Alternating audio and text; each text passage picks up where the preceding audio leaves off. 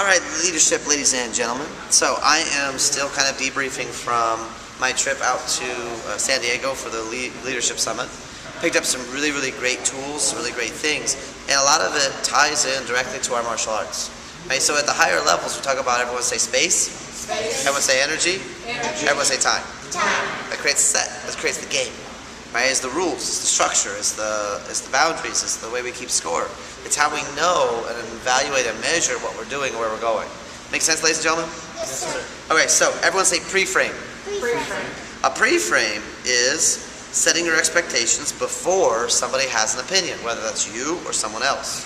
Make sense, ladies and gentlemen? Yes, sir. So if I came to you and I said, today, I want to let you know we're doing a really hard exercise, and in fact, there's 10 of you, I only think maybe one of you is going to be any good at it. The rest of you are just going to suck. You're really going to be embarrassed. You're just going to be horrible at it. I have to tell you, I have to be honest with you. If that's how I explain the exercise before we do it, how do you think you're going to do? Really good or not so much? Not so much. Is that a good pre-frame or not so much? Not so much. You've set preconceived notions that you've tainted the pool. Right, well, I've set a preconceived notion towards positive energy or negative energy. Negative. I already told you it's going to be bad. I already told you it's not going to be a good thing. It's going to be difficult. And what if I came to you and said, all right, so shake the Etch-a-Sketch inside your mind, shake the Etch-a-Sketch. Erase that thing. All right, so now, ladies and gentlemen, today I am super excited to give you something. It's going to be a little challenging at first, but I know being at this level, you are smart, you are capable, you are determined, you have the skill sets and the attitudes to make amazing things happen in your life. This is going to be a challenging exercise, but I know you're going to pull it off. If I tell you that story, how do you feel about what we're about to do? There we go, I got the double fist pump, I'm like, ew! Right? You feel like, yeah, we got this, right? So this is called a pre-frame, is I set the expectation before we do anything. Make sense? Yes, sir. So, at the summit, one of the things I noticed, and it was very interesting for me, is I get a chance to observe a lot of different people, and one of the gifts that I have is I notice lots of stuff around me. And one of the things I noticed was a lot of the coaches, a lot of the adults like me, we were there to facilitate, we're there to support, we're there to encourage, we're there to provide boundaries and to provide guidance and help to facilitate. We weren't there to deliver content. We weren't there to specifically lead and teach things, but we were there to support and encourage and motivate. It was a really fantastic opportunity to learn some amazing skills and improve. But one of the things I noticed was a lot of the adults in their discussions amongst each other as coaches, even if they didn't say it to the ladies and gentlemen out on the floor that were in the room, they would say, boys, girls, and kids. So let me ask you, ladies and gentlemen, let's put on our hallucination cap for a second. Let's play make-believe. Imagine you're working with somebody who's a little bit older than you, or a lot older than you, and they're more experienced. And they say to you, hey kid, what does that immediately make you feel? Does it make you pull immediately to a higher level or not so much? Not so much, not so much. Now, how old are you, ma'am? 8. How old are you, sir? 60. 60. And they both said not so much. Isn't that interesting? Now, I had a conversation with a friend of mine about that the day after the conference. And she said, well, I use it as a term of endearment because I call my children, I call them my kids. And I call them, those are my girls, those are my boys. I love them. I said, I appreciate that. I really do. That's a sincere heart. And every single one of the coaches, please understand, they are sincere, passionate individuals who are there. They are built. They love to serve families and children, especially teenagers. They absolutely have sincere hearts. They absolutely have love and dedication. They were up late at night, up early in the morning. We were available. We were present. We did all these wonderful things. So I in no way challenge their sincerity. I just challenge their language pattern. Because however you mean whatever it is you say, what's more important, what I say or how you receive it? How you receive it. So, when I was in 2nd grade, I had a teacher come and tell us we were big boys and big girls. And when I graduated high school, at 18, 10 years later, 12th grade, I had a teacher tell us we were big boys and big girls. And it was telling us not to throw our caps in the air because someone might poke an eye out. And I have to be honest with you, my immediate visceral response was I wanted to punch her in the face. Because how disrespectful could she be? We are 18 years old. We can be drafted, we can die for our country, we can drive 2,000 pounds of death, it's called a car. We are responsible, legally adults. How dare you call me a big boy or a big girl? So if you notice, ladies and gentlemen, when I work with you, do you ever hear me say that? Big boys, big girls? I work to find different leverage. It's what we call an appeal to authority. I'm not a big fan of that. I do use it occasionally, but you will never hear me say because I said so. I got lots better arguments than because I said so. Even if sometimes because I said so is the right answer, ladies and gentlemen at home. Yes, ma'am. You usually say ladies and gentlemen instead of big boys and big girls. I almost always say ladies and gentlemen. In fact, you are allowed, in case you don't know, you hear me say guys, everybody gets to clap. I got to do 10 push-ups. If you hear that word come out of my mouth, because I did a seminar, I did a presentation to a group of ladies and gentlemen that were second grade, and I heard that word come out, and every time I heard it, I was like, ow. It's like somebody stabbing me in the ear. I was like, oh, I hate that word. That sounds horrible. So why do I use ladies and gentlemen as a preframe? Is it for them or is it for me? For all of us. Both and. My lady. Exactly right. Not my girl, my lady. Right? As the idea, it's a both and. When I say, ladies and gentlemen, I'm reminding myself that I'm in front of an audience. I need to perform. I need to step up. The show must go on. It's not about how I feel. It's not about what I want. It's not about me. It's about what needs to happen next. So it's a pre-frame for myself. But also, I'm offering an opportunity, and I speak to ladies and gentlemen even at 4 years old in a way they're not used to hearing. So I get a different energy out of them almost instantly because I give a different energy first. Make sense, ladies and gentlemen? Yes, sir. That's why I use that. It's not just because of happenstance, because I like the sound of it. No, I thought about it. And I put it into my own experience, put it into my own life. And I asked, go back to my friend who's the coach, and I asked, we had her daughter with us while we were out checking out the campus and stuff. And I said, well, let's ask, how do you like it being called kids, being called girl? And she said, from my mom, I love it. And I went, because she said, from my mom, what does that suggest to you, ladies and gentlemen? Certain people. There's a condition to that. She said, from my mom. Then she didn't say anything else. Oh, how would you feel if somebody else, like an adult that wasn't your mom, called you a kid or called you a girl? She said, I don't like that. She's 16 and she's taller than me. Make sense? That's why when we're leading classes, leaders, we need to be careful what we're saying. Is it, hey guys, is it, ladies and gentlemen, is it you just miss an opportunity to clap and make me do push-ups? You do realize that, right? Yes, sir.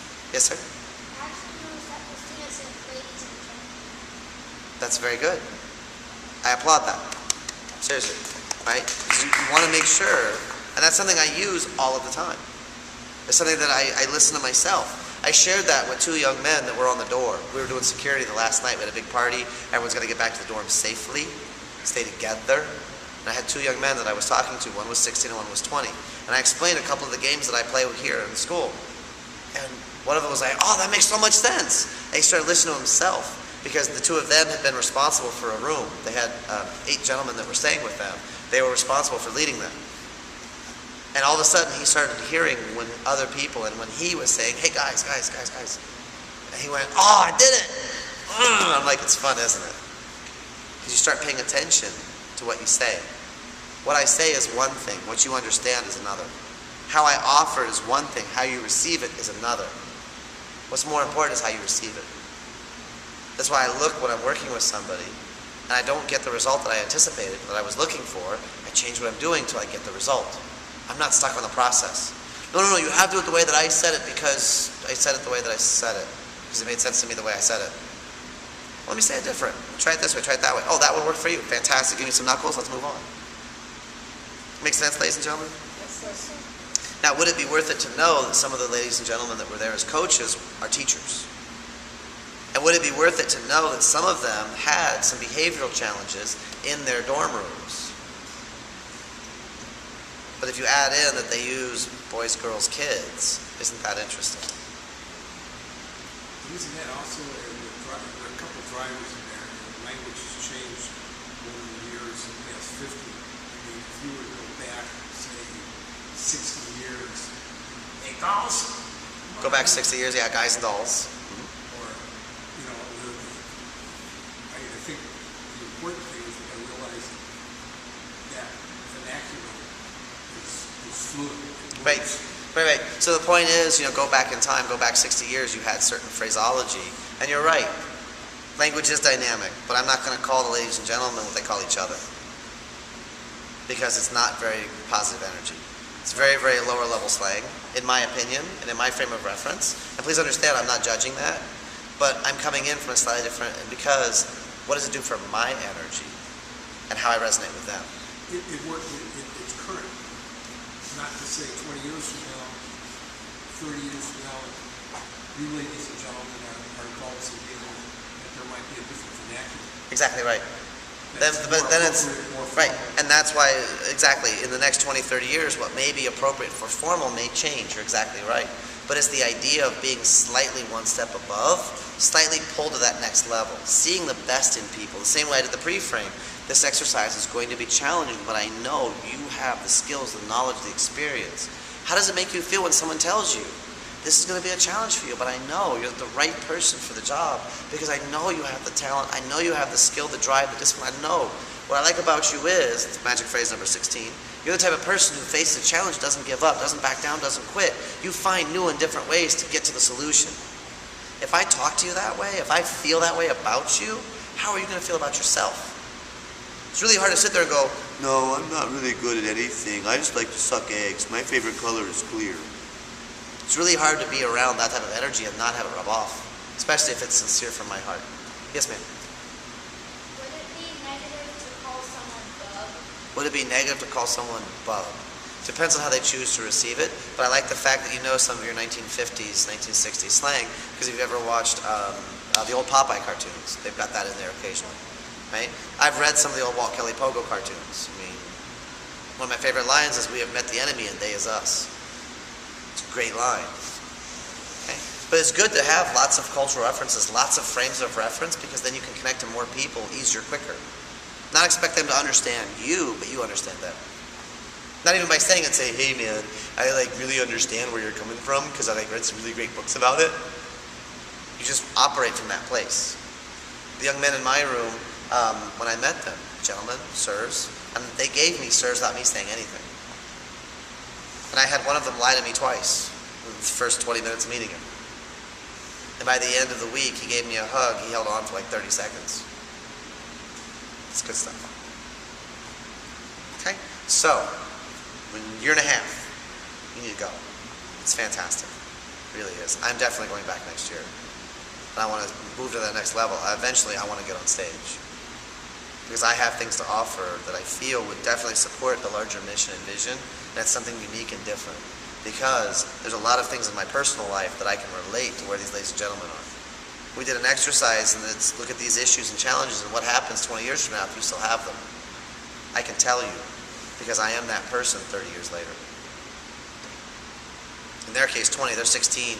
At 36, I finally put some things to bed, put some things to rest. So I can speak from a place of, I've been there, and I understand. And I can articulate. So I'm super excited. I still have to process a whole bunch of stuff from this seminar, but we are going to be implementing a few things here, tweakages, make things better.